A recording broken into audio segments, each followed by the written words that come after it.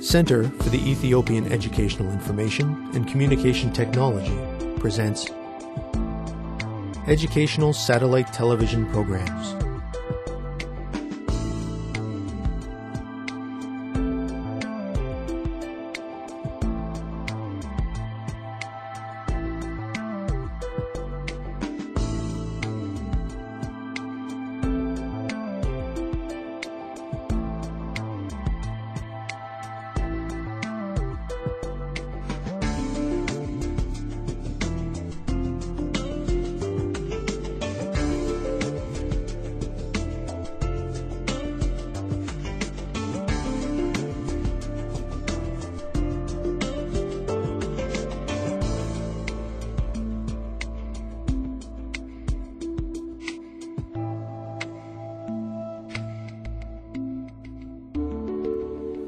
Hello, teacher.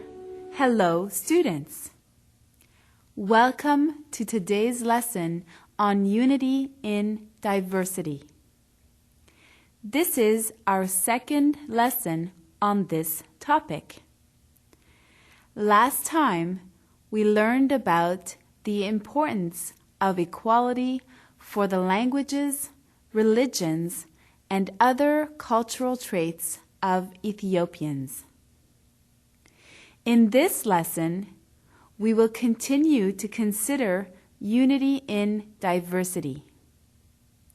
We will learn about ethnocentrism and cultural relativism. We will discuss how cultural diversity promotes development. Let us get started right away. Globalization is the idea that the world is developing a single economy and improved technology and communication. Students, what are some of the challenges faced by multicultural societies? Please think carefully about your answer before writing it down. Students, let's get ready. Begin.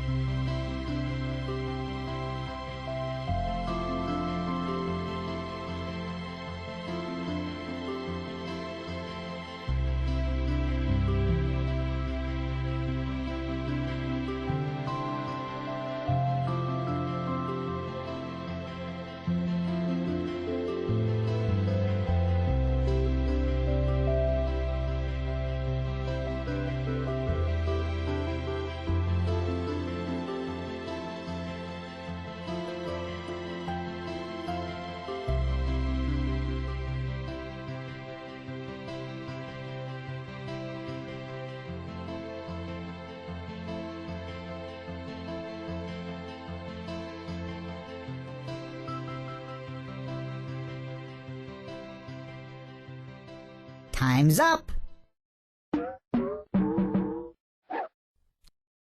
Let's get back to our lesson. Welcome back, everyone. Multicultural societies often experience anxiety about culture. Different groups want to maintain their cultural heritage.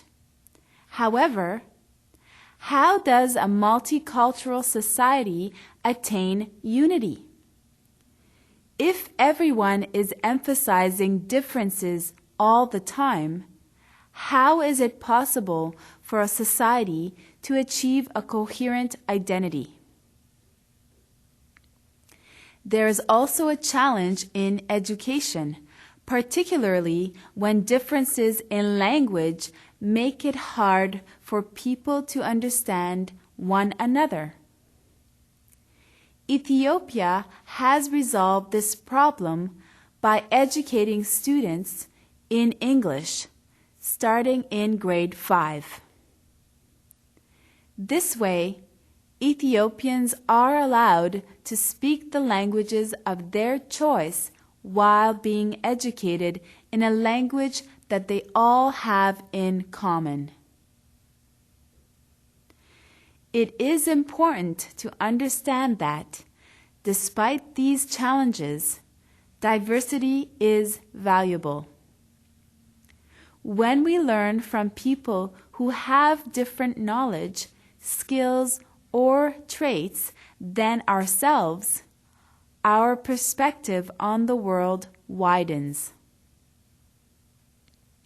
Unity in diversity means that people work together to solve common problems, despite their differences. It is achieved when people recognize the equality of different languages, religions, and other cultural traits. Unity in diversity is only possible when people do not consider their way of life to be better than that of others. The tendency to consider the cultures of other people inferior is called ethnocentrism. Ethnocentrism is the use of one's culture for judging the lifestyles of other individuals or societies. This leads to a negative evaluation of the values, norms, and behaviors of others. Students, what were some of the historical effects of ethnocentrism in Africa? Students, let's get ready. Begin.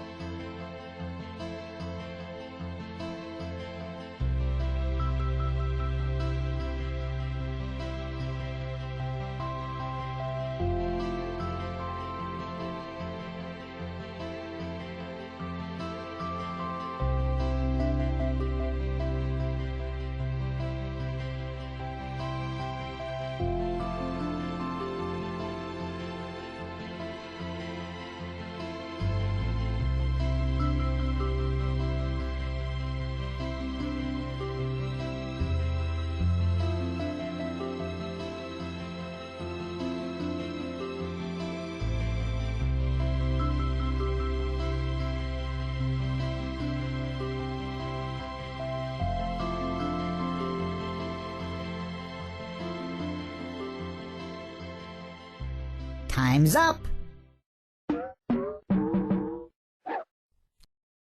Let's get back to our lesson. Thank you, students.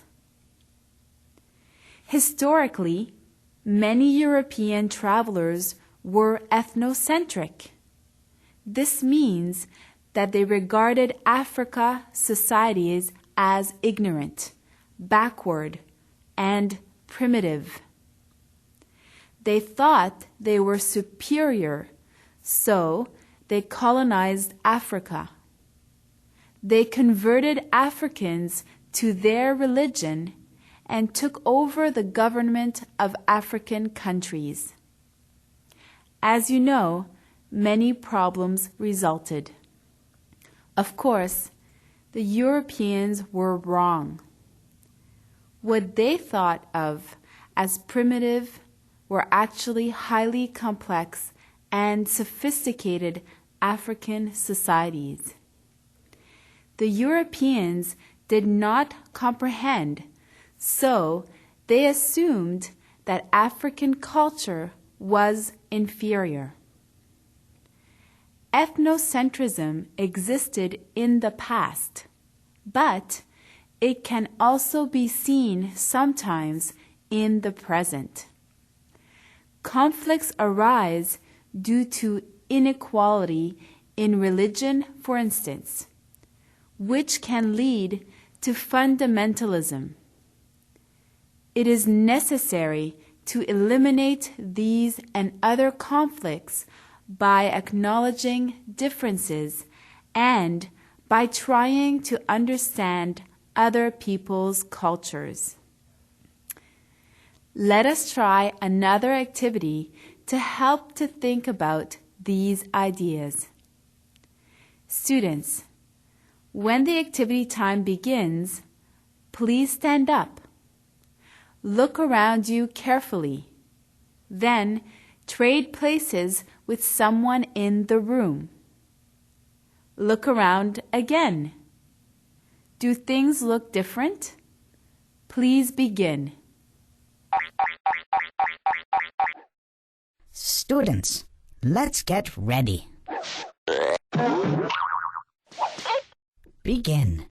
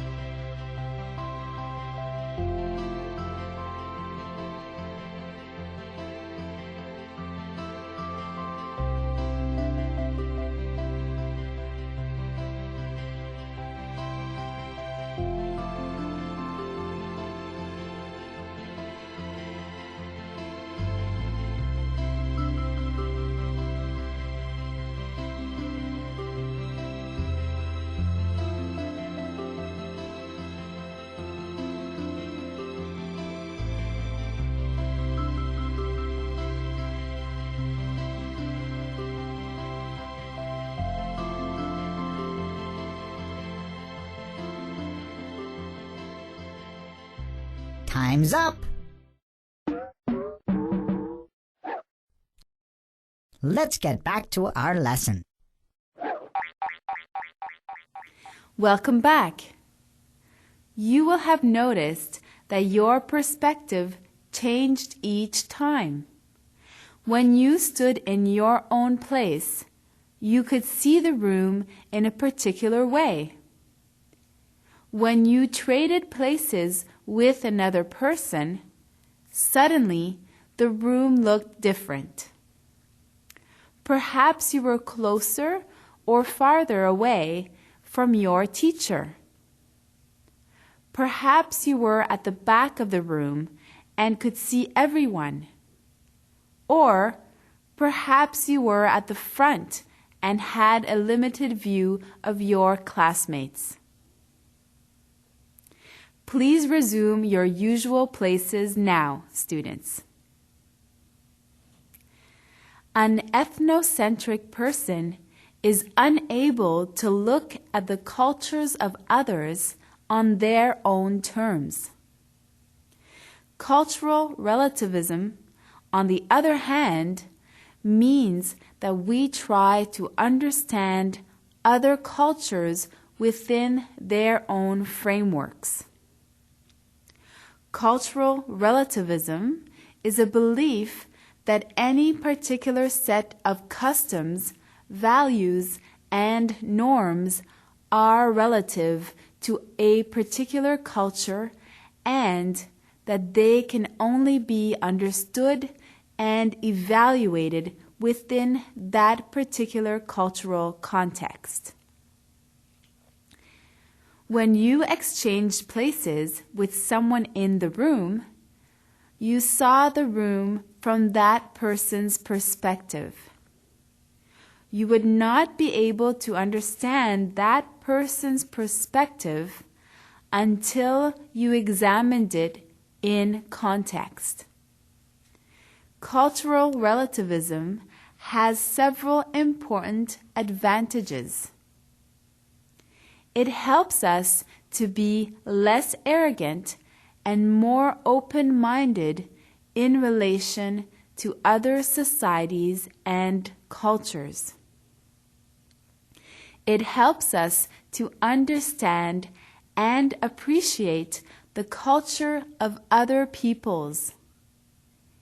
It minimizes misunderstandings and conflicts related to cultural diversity. Unity in diversity promotes development because it reduces internal conflict. People who respect one another equally are able to work together to solve common problems and to achieve political and economic goals. Students, in this lesson, we have learned about the importance of unity in diversity. We have discussed the difference between ethnocentrism and cultural relativity. Judging other cultures as inferior may lead to serious conflict and bloodshed. You must be careful to avoid ridiculing others because of their language, religion, dress, or other cultural differences. It is important to try to understand the culture of others from their perspective. This is the end of our unit on equality. Thank you for your attention and participation. Thank you, teacher. Thank you, students.